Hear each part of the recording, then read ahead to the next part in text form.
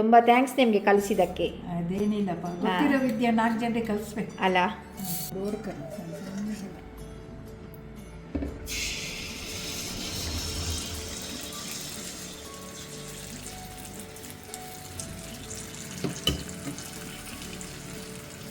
ಸಿಗೋದು ಕಾಯಿಲೆ ಮಸ್ತ್ ತಪ್ಪು ನಜ್ಜಿತಿ. ಹಾಯ್ ಹಲೋ ಫ್ರೆಂಡ್ಸ್, ಎಲ್ರಿಗೂ ನಮಸ್ಕಾರ. ಕಳೆದ ಸಲ ನಯ್ಯಪ್ಪ ಕಲಿಸುವಾಗ ಥರದ ಅಡುಗೆ ಕಲಿಸ್ತೇನೆ ಅಂತ ಹೇಳಿದರು. ನನಗೆ ಇವತ್ತು ಏನು ಕಲಿಸ್ತಾರೆ ನೋಡೋಣ.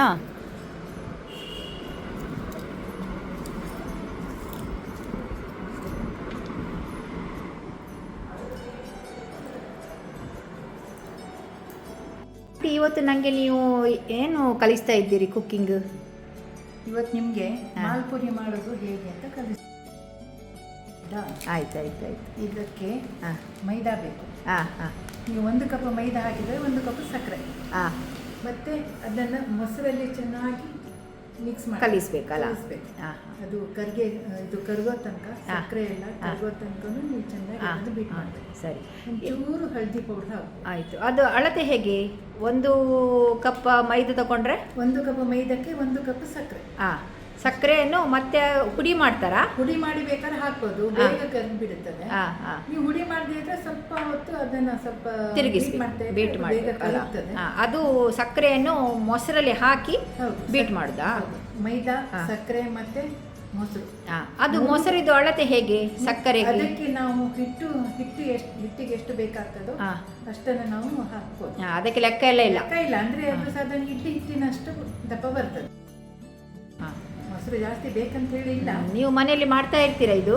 ನನ್ನ ಮಗಳಿಗೆ ತುಂಬಾ ಇಷ್ಟ ಅದು. ಅವಳಿಗೋಸ್ಕರ ನಾನು ಮಾಲ್ಪುರಿ ಮಾಡೋದು ಹೇಗೆ ಅಂತ ನಾನು ಕಲ್ತಿದ್ದು. ಪ್ರತಿ ಬರ್ತ್ಡೇಗೆ ನಾನು ಮಾಲ್ಪುರಿ ಮಾಡಿ ಅವಳಿಗೆ ಕೊಡ್ತೀನಿ. ಹೌದಾ? ಅವಳಿಗೆ ಅದು ತುಂಬಾ ಇಷ್ಟ. ಅದು ನಾನು ಕಲಿಲೇಬೇಕು ಅಂತ ನಾನು ಕಲ್ತಿದ್ದೇನೆ. ಅವಳಿಗೂ ಕೂಡ ಈಗ ಕಲಿಸಿದ್ದೇನೆ. ಮತ್ತೆ ಬೇರೆ ಏನೆಲ್ಲ ಮಾಡ್ತೀರಿ ನೀವು?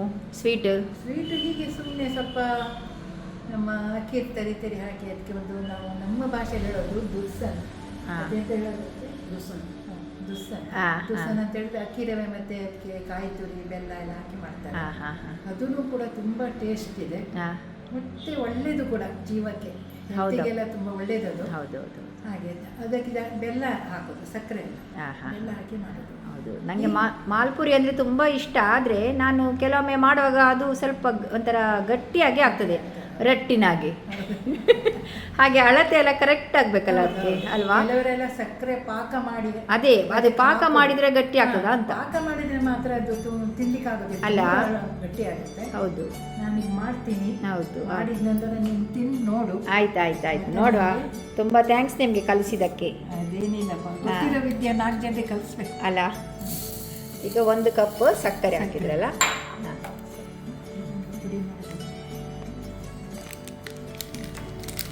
ಒಂದು ಬೌಲಲ್ಲಿ 1 ಕಪ್ನಷ್ಟು ಸಕ್ಕರೆ ಹಾಕ್ಕೊಂಡಿದ್ದಾರೆ. ಸಕ್ಕರೆ ಪುಡಿ ಮಾಡಿ ಕೂಡ ಹಾಕ್ಕೊಳ್ಬೋದು, ಕಷ್ಟ ಇಲ್ಲ. 1 ಕಪ್ ಸಕ್ಕರೆ ಆದರೆ 1 ಕಪ್ ಮೈದಾ. ಎಲ್ಲ ಕಲಿಯುವಾಗ ಸಣ್ಣ ಕಪ್ಪೆಲ್ಲ ಮಾಡಬೇಕಲ್ಲ, ಜಾಸ್ತಿ ವೇಸ್ಟ್ ಎಲ್ಲ ಆಗೋದಿಲ್ಲ. ಅದೇ 1 ಕಪ್ ಸಕ್ಕರೆಗೆ 1 ಕಪ್ ಮೈದಾ ಹಾಕಿದ್ರಿ ನೀವೀಗ. ನಿಮಗೆ ಸಕ್ಕರೆ ಜಾಸ್ತಿ ಬೇಕಾದ್ರೆ ಹಾಕ್ಕೊಳ್ಬೋದು. ನಿಮ್ಮದು ಸ್ವೀಟ್ ಎಷ್ಟು ಉಂಟು ಅಷ್ಟಕ್ಕೆ ನೀವು ಮಾಡ್ಬೋದು. ಕೆಲವರಿಗೆ ಸ್ವೀಟ್ ಅಷ್ಟೊಂದು ಇಲ್ಲ ಅಂದರೆ ಸ್ವೀಟ್ ಸ್ವಲ್ಪ ಬೇಕಾದ್ರೆ ಕಮ್ಮಿ ಮಾಡ್ಕೊಳ್ಳಿ ಅಲ್ಲ.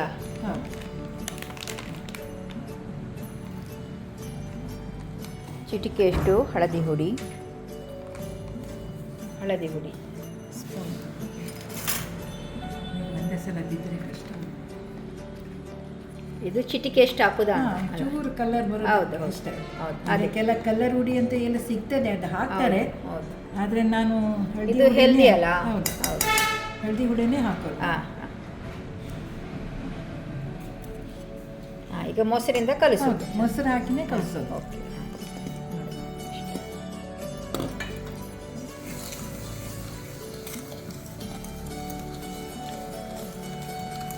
ಇದಕ್ಕೆ ಲಾಸ್ಟಿಗೆ ಸ್ವಲ್ಪ ಏಲಕ್ಕಿ ಪುಡಿ ಅಲ್ಲ ಹಾಕ್ಬಿಡೋದು. ಅದು ಒಂದು ರೀತಿ. ಅದು ನಿಮಗೆ ಹೇಗೆ ಗೊತ್ತಾಗ್ತದೆ ಅದು ಸಾಕಾಗಲಿಲ್ಲ ಹೇಳಿ? ಅದು ತುಂಬ ಗಟ್ಟಿದೆ. ತೆಳುವಾಗಬೇಕು. ಹೌದು, ಸ್ವಲ್ಪ ಇಡ್ಲಿ ಹಿಟ್ಟಿನಷ್ಟು ತೆಳು ಬರಬೇಕು. ಸೌಟಿನಿಂದ ಕೆಳಗಡೆ ಸರ್ರನೆ ಇಳಿಬೇಕು, ಅಷ್ಟು ನೀವು ತೆಳು ಮಾಡಿದರೆ ಸಾಕಾಗ್ತದೆ. ಮೊಸರು ತುಂಬ ಹುಳಿ ಇರೋದು ಬೇಡ, ಹದ ಇರಲಿ. ಯಾಕಂದರೆ ಮಾಲ್ಪುರಿ ಕೂಡ ಹುಳಿ ಹುಳಿ ಆಗ್ತದೆ.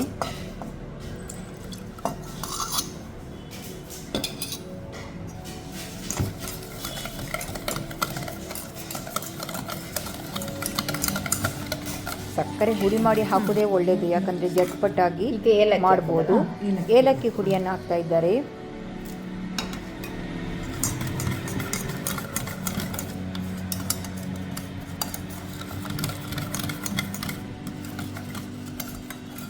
ಮೊಸರಿನಲ್ಲಿ ಸಕ್ಕರೆ ಚೆನ್ನಾಗಿ ಬೆರೆತು ಬಂದು ಕರಗಿದರೆ ಸಾಕು, ಅಷ್ಟೇ.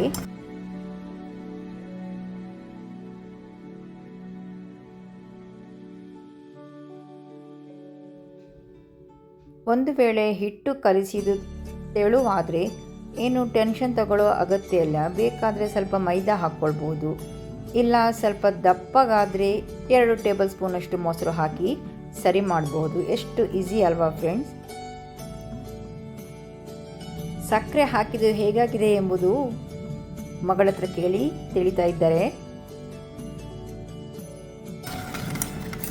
ಆದರೆ ಮತ್ತೆ ಸ್ವಲ್ಪ ಬೇಕಾದರೆ ಮೈದಾ ಹಾಕ್ಬೋದಲ್ಲ? ಓಕೆ. ಸಕ್ಕರೆ ಪುಡಿ ಅಂದರೆ ಬೇಗ ಕರಗ್ತದೆ ಸಕ್ಕರೆ ಅಲ್ಲ. ಇದು ಕಲಿಸಿ ಮತ್ತೆ ಕೂಡಲೇ ತೆಗೆಯುತ್ತೆ ಅಲ್ಲ, ಇಡ್ಲಿಕ್ಕೆಲ್ಲ ಏನಿಲ್ಲ. ಎಣ್ಣೆ ಬಿಸಿ ಮಾಡಲಿಕ್ಕಿಡ್ವಾ?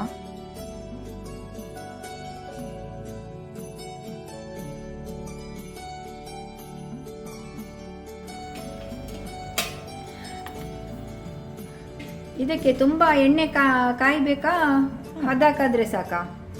ತುಂಬ ಜಾಸ್ತಿನೂ ಆಗಬಾರ್ದು. ಈಗ ಸರಿಯಾಗಿದೆ. ಹಾಂ, ಬಿಸಿ ಕಮ್ಮಿ ಮಾಡ್ತೇನೆ ನಾನು. ಹಾಂ.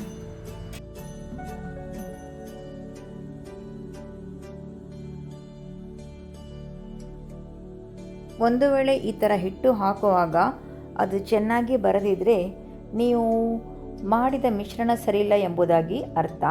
ಆಗ ನೀವು ಬೇಕಾದರೆ ಸ್ವಲ್ಪ ಮೈದಾ ಹಾಕಿ ಕಲಿಸಿ ನೋಡ್ಬೋದು, ಇಲ್ಲದಿದ್ದರೆ ಸ್ವಲ್ಪ ಮೊಸರು ಹಾಕಿ ಕಲಿಸಿ ಸರಿ ಮಾಡ್ಕೊಳ್ಬೋದು. ಬರೇ ಸುಲಭ ಫ್ರೆಂಡ್ಸ್ ಮಾಲ್ಪುರಿ ಮಾಡೋದು.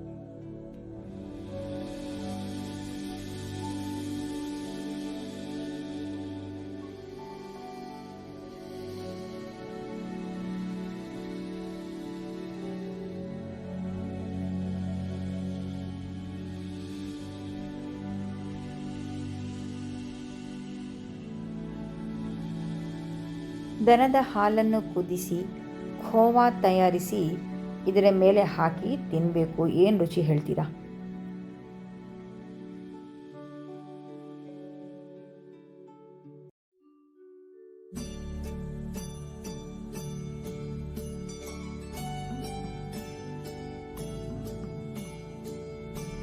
ಮಾಲ್ಪುರಿ ಕಲಿತು ಒಂದು ಡಬ್ಬದಷ್ಟು ಮಾಲ್ಪುರಿ ರೆಡಿಯಾಗಿತ್ತು ಫ್ರೆಂಡ್ಸ್. ಇನ್ನೂ ಹೊಸ ರೆಸಿಪಿಗೋಸ್ಕರ ನಾಟ್ ಜಸ್ಟ್ ಸ್ಪೈಸಸ್ ಚಾನಲ್ನ ಸಬ್ಸ್ಕ್ರೈಬ್ ಮಾಡಿ. ಇದೆಯಾ ನಿಮ್ಮ ಆಸೆಯಂತೆ ಮಾಲ್ಪುರಿ ಮಾಡಿದ್ದೇನೆ, ಮತ್ತು ಇದನ್ನು ತಿಂದು ಹೇಗಾಗಿದೆ ಅಂತ ಹೇಳೋದು ಕೆಲಸ ನಿಮಗೆ.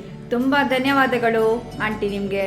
ನಿಮಗೂ ಕೂಡ ಥ್ಯಾಂಕ್ಸು, ನಮ್ಮನ್ನು ಇಲ್ಲಿ ಕರೆದು ಎಲ್ಲ ಇದೆಲ್ಲ ಮಾಡಿಸಿದ್ದೀರಾ. ಧನ್ಯವಾದಗಳು.